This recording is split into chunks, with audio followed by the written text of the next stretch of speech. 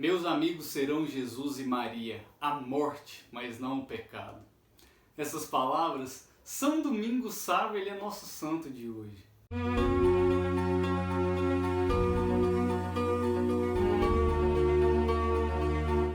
Paz e bem para você que quer ser santo. Paz e bem para você que ainda não descobriu o que é ser santo. O santo de hoje se faz num dia muito pertinente, já que 6 de maio é a celebração litúrgica, é a festa de São Domingos Sávio, que foi esse discípulo aí de Dom Bosco. Para representar, eu trago aqui um anjinho, né, uma representação até infantil, porque São Domingos Sávio vai mostrar pra gente que são necessários apenas 14 anos nessa terra, e é exatamente a idade com que ele morreu, 14 anos, para ser considerado santo. Se não é o único, é um dos poucos santos com essa idade já canonizados que não foram martirizados, né? A gente tem aí o exemplo de São Tarcísio, eu consigo me lembrar aqui agora, é São Tarcísio, que foi criança também, mas foi martirizada.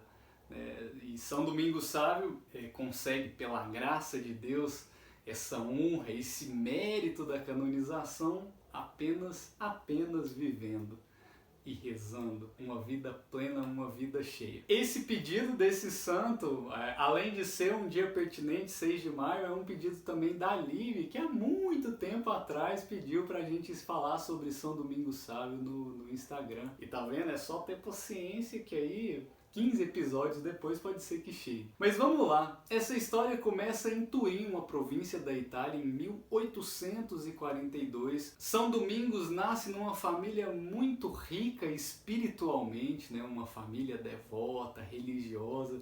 E como isso é importante, né? Como é importante a gente fazer os nossos filhos florescerem em famílias religiosas. É claro que não é uma condição assim essencial para que aquela pessoa se torne santa. Mas dos exemplos que a gente vem estudando, veja a quantidade de santos que frutificaram vindo de famílias santas, né? E fica aí nossa responsabilidade como pai de promover esse ambiente familiar santificador. Mas vamos lá, ele nasceu nessa família tão afortunada lá em 1842 e desde muito pequeno mostrava sinais muito claros de uma vida que viria a ser muito fervorosa, muito rica. E por quê? Porque ele sempre gostava de rezar, ele sempre concentrava bastante nas orações que fazia, e prova disso é que ele gostava tanto de ir na igreja que por vezes ele chegava na igreja e a igreja estava fechada, não tinha problema para ele. Ele se ajoelhava ali, faça neve, faça chuva, faça sol, e esperava o padre chegar para então entrar na igreja. Sensacional! Isso tudo a gente está falando de uma criança aí de 7, 8 anos de idade. Então, já vê que a gente tem assim a graça de Deus bem latente, e o fato dele ter nascido numa família tão religiosa permitiu que ele abrisse o coração com a sinceridade que uma criança pode abrir. E quando você combina uma graça de Deus especial com uma abertura sincera, não tem outro jeito. Tem uma história dele, antes dele vir a conhecer Dom Bosco. Dom Bosco é outro santo que a gente tem que trazer aqui. Dom Bosco é simplesmente demais. Ele cuida de vários jovens, de várias crianças, deixa um legado enorme aí para educação. E não só para educação, mas assim, para religiosidade, para a igreja também. De fato, a santidade dele dá uma acelerada quando ele passa a conhecer, a viver ali o oratório, como era conhecido, de Dom Bosco. Mas tem um fato antes que vale a pena ser lembrado. Enquanto ele ainda estudava, ele sempre com aquele ar bem amável, bem afável, a gente vai ver mais pra frente, mas ele traz como mote de vida assim a alegria. Ele é uma criança que estava sempre alegre. E numa dessas, os colegas de sala dele falaram, acho que chegou a hora da gente fazer um bullying do século XIX, né? Aquele bullying bem comum. E eles fizeram, tinha uma estufa na sala, não sei se uma estufa, um fogão, um aquecedor, imagina que uma região fria, então tinha essa espécie desse equipamento que colocava ali na sala de aula, e naquela escola rígida ali, qualquer bagunça era motivo para expulsão, né? Então esses colegas tramaram para ele colocar um monte de lixo, um monte de coisa que não podia dentro desse bendito desse fogão. Então a culpa caiu sobre ele. Quando o professor brigou com ele severamente na frente de todos os outros colegas, ele abaixou a cabeça e não falou uma palavra, não se defendeu, não falou que era falsa acusação. E ele só não foi expulso porque ele era um aluno muito exemplar, que tinha sempre uma conduta muito reta, né? Então aquela tinha sido a primeira. Talvez seja só por isso que ele não tenha sido expulso. Mais tarde se revelou que de fato não foi ele que tinha feito essa arte, e o professor, que também era padre, o confrontou, falou: por que você não falou nada? Né? Por que você não falou que não foi você? Ele falou: eu lembrei de Jesus, né? Jesus ali, enquanto Pilatos o acusava, ele simplesmente se calou. Então eu me calei também, tentando imitar Jesus. E além disso, veja que se eu falasse que não foi eu e que de fato isso fosse comprovado, os meus colegas ali poderiam ser expulsos. Então eu não queria isso. Sensacional se você for olhar que essa aqui era uma criança fazendo isso. Já tinha algo especial ali. Mas de fato vai ficar especial mesmo quando ele conhece Dom Bosco, porque ele tinha um desejo de virar padre, e ali naquela região tinha essa escola então que formava grandes padres, né? Então o que acontece? Ele entra, e aí quando Dom Bosco o recebe, ele logo diz: vejo que aqui tem um bom tecido. E São Domingos Sábio, que na época era só Domingos ainda, vira para ele: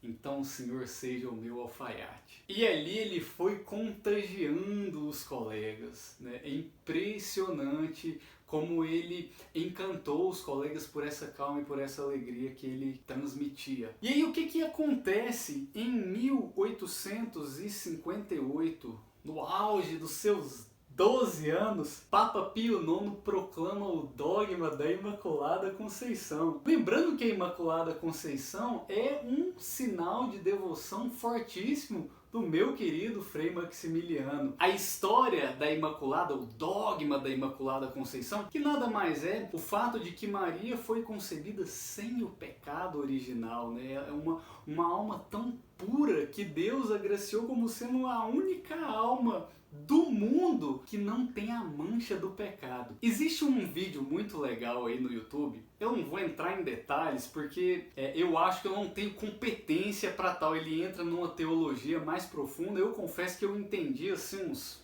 30%, mas vale a pena ver pela estrutura da história. Trata-se de um debate feito por João Danzi Scoto. João Danzi Scoto, ele é um monge franciscano do século XIV, comecinho do século XIV, que em 1305 faz um debate na Universidade de Paris e é aclamado defendendo o dogma da Imaculada, que até então não era aceito. E ele veio a ser aceito, veja aí, quase 500 anos depois, quando o Papa Pio IX decreta aí, né, e homologa esse dogma da Imaculada Conceição, que vai fazer tantos prodígios, começando aí por São Domingos Sábio, né, e indo até São Maximiliano. Quando São Domingos recebe a notícia da proclamação desse dogma, ele fica tão feliz e ele se consagra de fato a Nossa Senhora e a Imaculada. E dizem que daí a vida de santidade dele deu uma guinada, deu uma acelerada. O que ele fez que vale a pena destacar, que ele fez logo imediatamente a proclamação do dogma? Ele fundou um clubinho com os amiguinhos dele ali no auge dos seus 12 anos. O que esse grupo de amigos, o que esse apostolado, porque nada mais do que um apostolado, o que eles faziam? Ele tinha digamos assim, uma regrinha. E São Domingos apresenta isso para Dom Bosco. Dom Bosco fala: ó, eu deixo vocês fazerem essa regra, vocês executarem ela, mas assim, não considerem que o não cumprimento dela seja um pecado. Mas basicamente, o que eles deveriam fazer? Ser alegres, ser bons alunos e cumprir com todos os deveres daquela escola secundária. Eles deviam rezar o terço todo dia, se confessar com frequência e comungar quando o sacerdote permitisse que fosse possível a comunhão. E eles deviam, essa pra mim é fantástica, eles deviam comer a comida de bom gosto, de bom grado. Então assim, não poderia deixar sobrar. Eles falavam, poxa, aqui Dom Bosco dá tão duro para dar essa comida pra gente, e às vezes a gente deixa sobrar. Então por vezes eles pegavam ali as migalhas de pão, os restos dos colegas e comiam. Com esse conjuntinho aí, dessa meia dúzia de regras, formaram esse apostolado, e foi tão frutífero isso, foi tão frutífero, que Dom Bosco deu para eles a missão de acolher.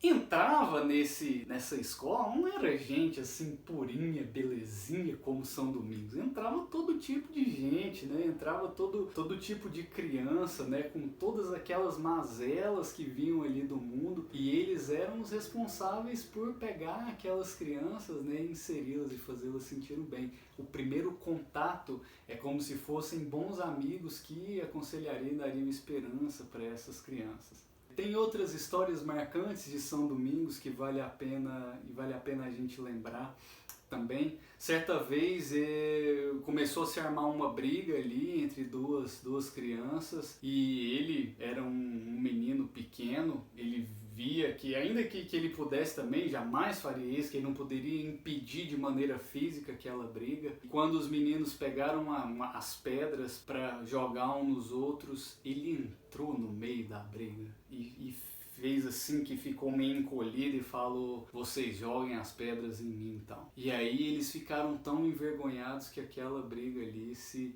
desfez, né? Foi cada um para um lado. Tem um outro fato também, que um dia ele bate na porta de Dom Bosco e fala assim, você precisa me seguir. E eles vão andando pela cidade, chega num lugar assim meio esquisito.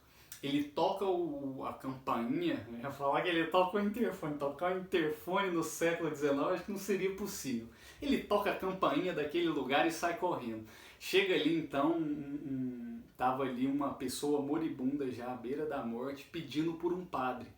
Dom Bosco então vai ali atender. Tem algumas outras coisas também, ele não foi comunicado, a mãe dele estava doente, ele não tinha sido comunicado, ele pede autorização para voltar para casa. Volta para casa, chega lá, dá um abraço na mãe, um beijo na mãe, a mãe descobre ali, tá grávida, e ela tava com muitas dores. Eles descobrem que ele deixou ali um escapulário com ela, e a dor cessou imediatamente. Tem algumas outras, mas basicamente com 14 anos essa pessoinha, né, essa criança nos deixa, ficou doente. Naquela época era comum ainda fazer sangria, que é um recurso de medicina que durou aí quase 2000 anos, pegou aí toda a Idade Média, onde se acreditava que você drenava parte do sangue do doente, aquilo ajudava a sarar. Mais pra frente foi descobrir que talvez isso tenha acelerado a morte do São Domingos Sábio. Ele então morre com 14 anos, morre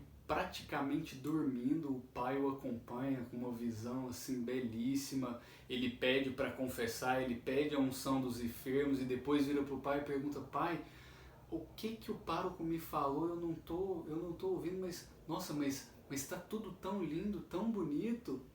E aí ele dormiu e dormiu para sempre. E aí, essa é a história de São Domingos Sábio, 14 anos, né, vem nos mostrar aí que a santidade não precisa de nada de muito retumbante, precisa se entregar, não tem idade. 14 anos foi o que São Domingos Sábio gastou para ser santo. Mas vamos lá, continuemos com nossa caminhada. E assim, o que a gente pode aprender com São Domingos Sábio? E hoje, eu não vou fazer nenhuma reflexão muito profunda, muito bem elaborada. Eu vou pôr simplesmente as metas que ele colocou. As metas que ele colocou quando ele resolveu ir para essa escola lá de Dom Bosco.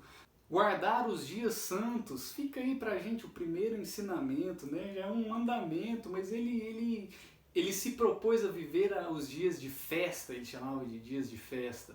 será que a gente está se propondo a viver os dias de festa que nos são colocados também? Viver assim com sinceridade, a vigília pascal, a sexta-feira da paixão, quando cai naquele feriado prolongado, aí eu falo, eu vou viajar e a missa fica para depois. Tem que guardar os domingos santos e as festas também, não são só domingos, né? A nossa igreja é riquíssima aí, tem alguns dias de festa que são colocados pra gente e eventualmente não vão cair no domingo, é muito importante a nossa participação. Segunda coisa, terço diariamente, com essa devoção por Maria, não tinha como não rezar o terço diariamente. Em terceiro lugar, colocamos aí a confissão. Então, falamos de basicamente coisas muito fáceis, né? Ele confessava e comungava sempre que o pároco ou o sacerdote lhe permitisse. E como quarto e último ponto, assim como ele teve a regra do clube que ele fez da Imaculada, de ser um bom aluno, de fazer as coisas com afinco. Depois eu ouvi uma pequena mensagem do professor Felipe Aquino da Canção Nova, que ele tinha duas vertentes de vida, a alegria de viver e a santificação do trabalho. E é mais uma vez Deus nos impressionando. Quem que ele coloca assim como fonte para a gente estudar sobre o trabalho? É um trabalhador, alguém que labutou por muito tempo? Não, uma criança que nunca trabalhou. Mas esse afinco que São Domingos tinha com os estudos, com os deveres, com fazer as coisas bem feitas, tem muito a nos ensinar. Nós, enquanto santos, enquanto trabalhadores também, precisamos fazer as nossas coisas, nossas atividades bem feitas. Isso é santificar o trabalho. Santificar o trabalho é não só oferecer, é claro que é oferecer tudo que você vai fazer para Deus, é ser uma pessoa íntegra, é ser uma pessoa justa e honesta no seu trabalho, mas é não gastar tempo com coisas inúteis. E como isso é difícil! Como o nosso mundo hoje nos distrai. E São Domingos vem nos propor, sejamos íntegros, decisivos e paramos de perder tempo com inutilidades enquanto trabalhamos. Trabalhar e orar é uma outra linha de pensamento também, essa colocada por São Bento, que teremos de trazer algum dia aqui, certamente. Mas é isso, pessoal. São Domingos Sávio, mais uma vez aí mostrando pra gente que a santidade é para todo mundo. Se inscreve no nosso canal, eu vou ficando por aqui. Um abraço e até a próxima. Tchau, tchau.